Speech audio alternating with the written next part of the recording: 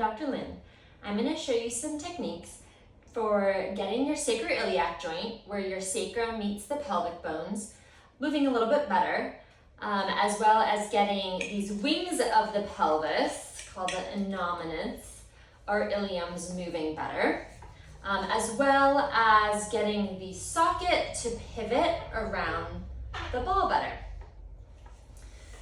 So to start, you're going to need a small towel roll. Probably most hand towels will work. You want it rolled pretty tightly so it's a little bit firm. You're going to lay down with it in two positions. So first, I'm going to have it horizontal across the mid-buttocks, across the middle of the sacrum. And then later, I'm going to switch it to vertical. Okay. So take the towel roll. If you're going to lay down on it, you might have to scooch it up and down a little bit so that you feel like it's on that mid-sacrum area. I'm going to show you from a side view. So you can just bridge up, slide it under your middle of your sacrum. Again, it's going to feel like the middle of the buttocks. And then you're going to do pelvic tilts over it. Think of it like a seesaw. So your sacrum's on that axis of the towel roll, and then you're going to tilt your sacrum back and forth over it. Inhale, let your belly stick out, tap your tailbone to the floor. Exhale, flatten your back into the ground. I might have said the breathing backwards, but this is how I want you to do it. Inhale, let the belly stick out, big breath, tap the tailbone. Exhale, press your low back down.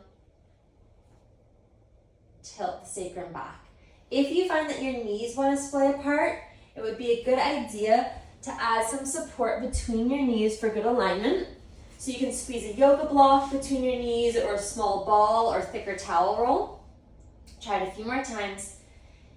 Inhale, belly and chest can stick out. There's an arch under the low back. Tip of the tailbone's tapping down.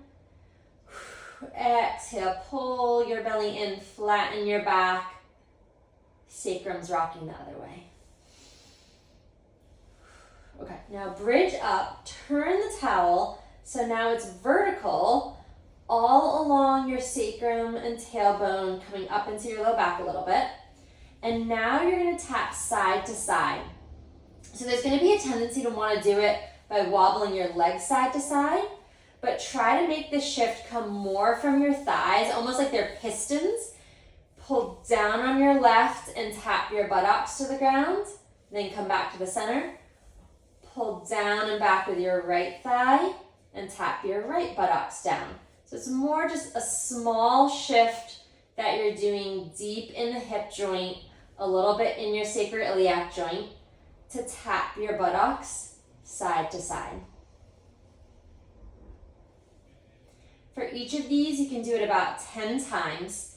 Sometimes it feels a little achy in the low back or sacroiliac joint at first, especially if you've been having some issues there. But oftentimes, if you just do it slow and gentle, it will start to warm up and get a little bit more mobile or a little bit better aligned and feel good. Next, we're going to work on some of the connective tissue called the thoracolumbar fascia that comes all the way down from the upper back through the low back and attaches to the sacrum and pelvis here. It can be a reason that the pelvis gets really locked up and then contributes to hips being tight. So we're going to go into a wide leg child's pose position and add a side bend.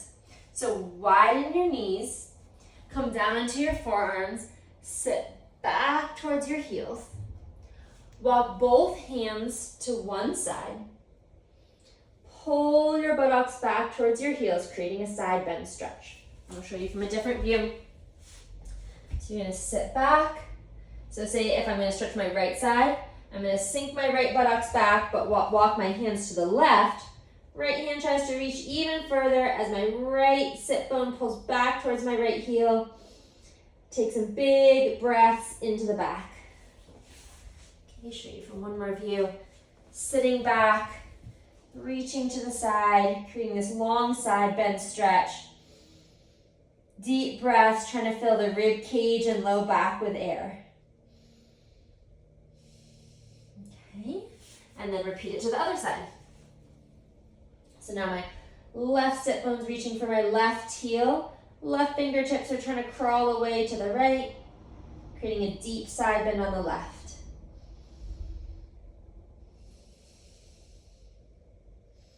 Okay, hold for at least 3 deep breaths and repeat on each side 5 times.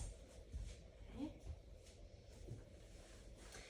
Next, we're going to do a kneeling stretch. This is great for opening up the front of the hip and also encouraging the pelvis and socket to be able to swivel on the ball.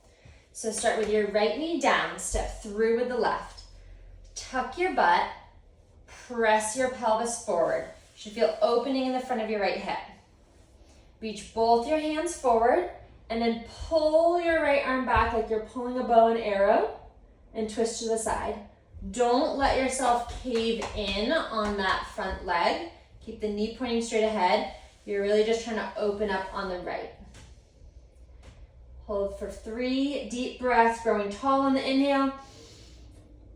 Deep exhale, try to twist a little further from your core.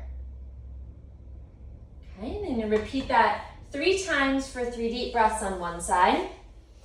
And then when you're ready, you're going to switch sides. So when you're ready, put the left knee down, step the right through, sit back, tuck that tailbone and butt, squeeze your left butt, push the pelvis forward, really opening the front on the left. Hands forward, pull back on the left.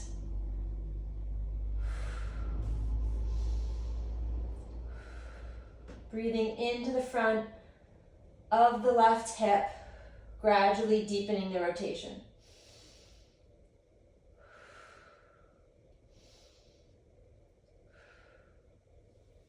Okay, and again, that's 3 sides for at least 3 deep breaths on each side, which is usually around 30 seconds.